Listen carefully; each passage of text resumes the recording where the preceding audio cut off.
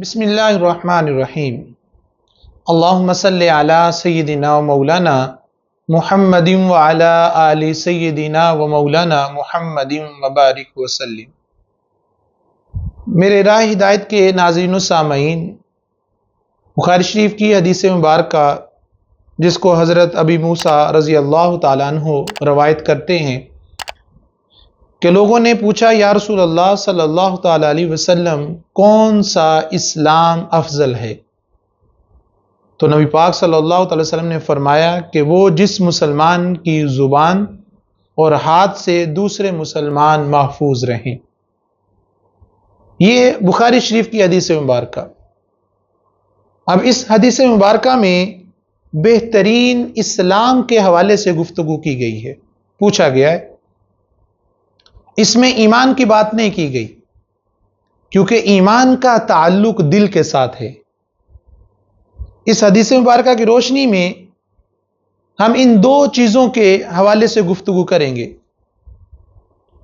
اب یہاں سے اس حدیث مبارکہ میں سے یہ بھی معلوم ہو رہا ہے کہ سب کے اسلام کا درجہ بھی ایک جیسا نہیں ہے۔ یہاں افضل اسلام کی بات کی گئی ہے، اور جو اس پہ عمل نہیں کرتا ہوگا وہ دائرہ اسلام میں داخل تو ہوگا لیکن اس کا اسلام افضل نہیں ہوگا۔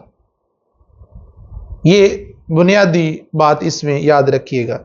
اب اصل موضوع کی طرف آتے ہیں۔ اس حدیث مبارکہ میں دو چیزوں کا ذکر کیا گیا، ایک زبان اور دوسرا ہاتھ۔ جو شخص ان پہ کنٹرول کر گیا وہ اسلام کی حقیقت کو جان گیا۔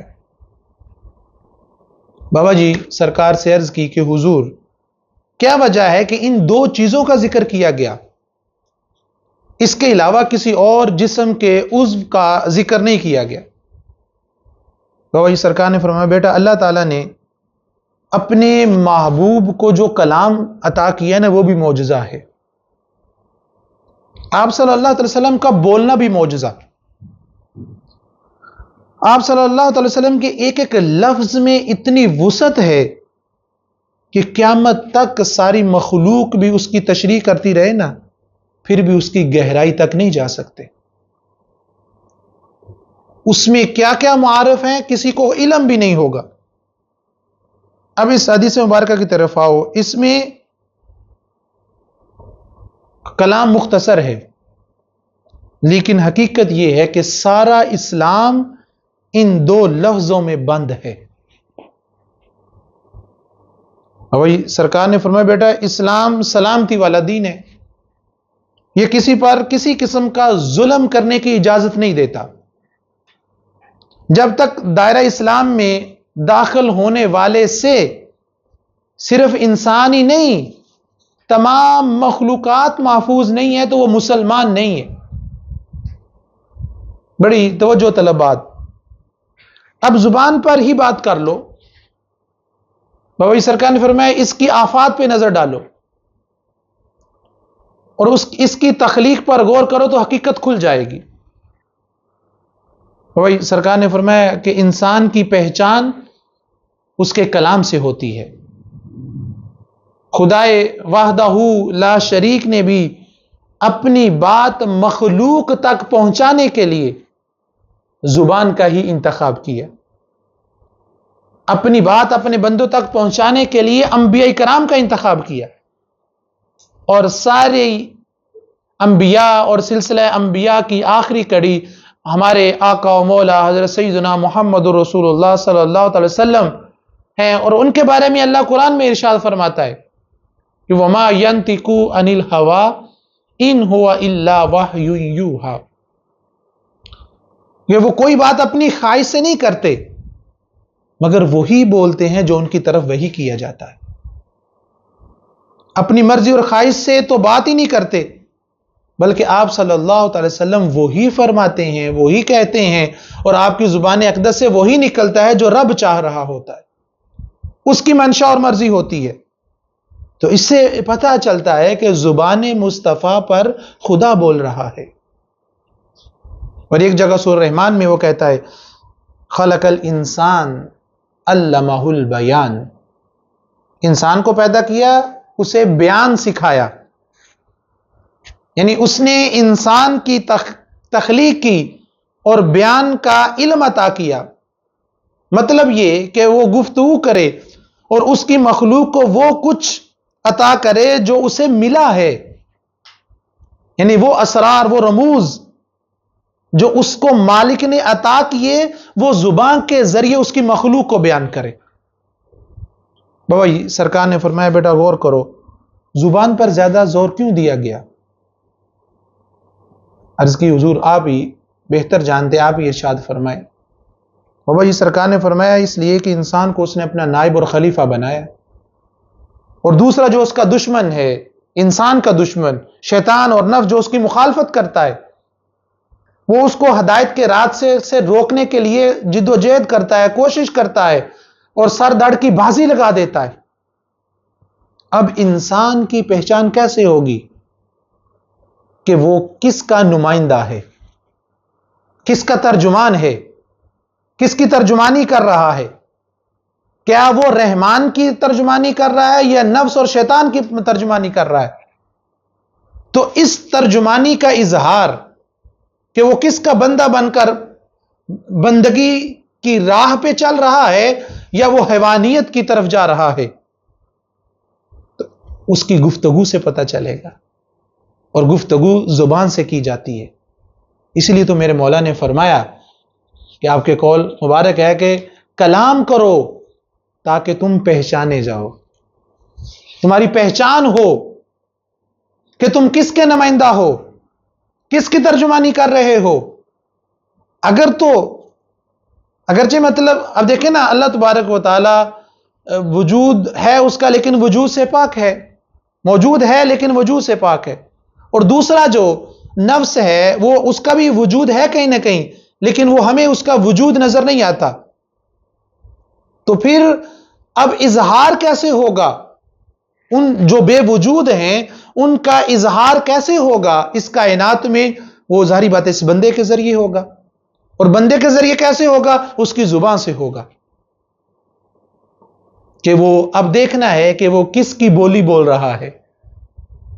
اگر تو خدائے وحدہ لا شریک کا وہ ترجمان ہے تو اس کی بولی بولے گا، اس کی زبان سے جب بھی نکلے گا خیر کے کلمات نکلیں گے، لوگوں کو جوڑے گا، لوگوں کے ساتھ حسن سلوک سے بات کرے گا، لوگوں کو اس کی وحدانیت کی طرف بلائے گا، لوگوں کے سامنے اس کی حقیقت کو آشکار کرے گا، لوگوں کے سامنے اس کے خزانوں میں سے جو اس کو عطا ہوا ہے وہ تقسیم کرے گا۔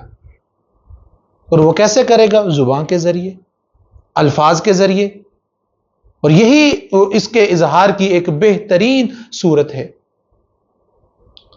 تو اگر وہ اس کے برعکس چلے گا تو پھر ظاہری بات ہے وہ مخالف کا، وہ نفس کا، وہ شیطان کا پیروکار ہے، وہ اس کا نمائندہ بن کے زندگی بسر کر رہا ہے۔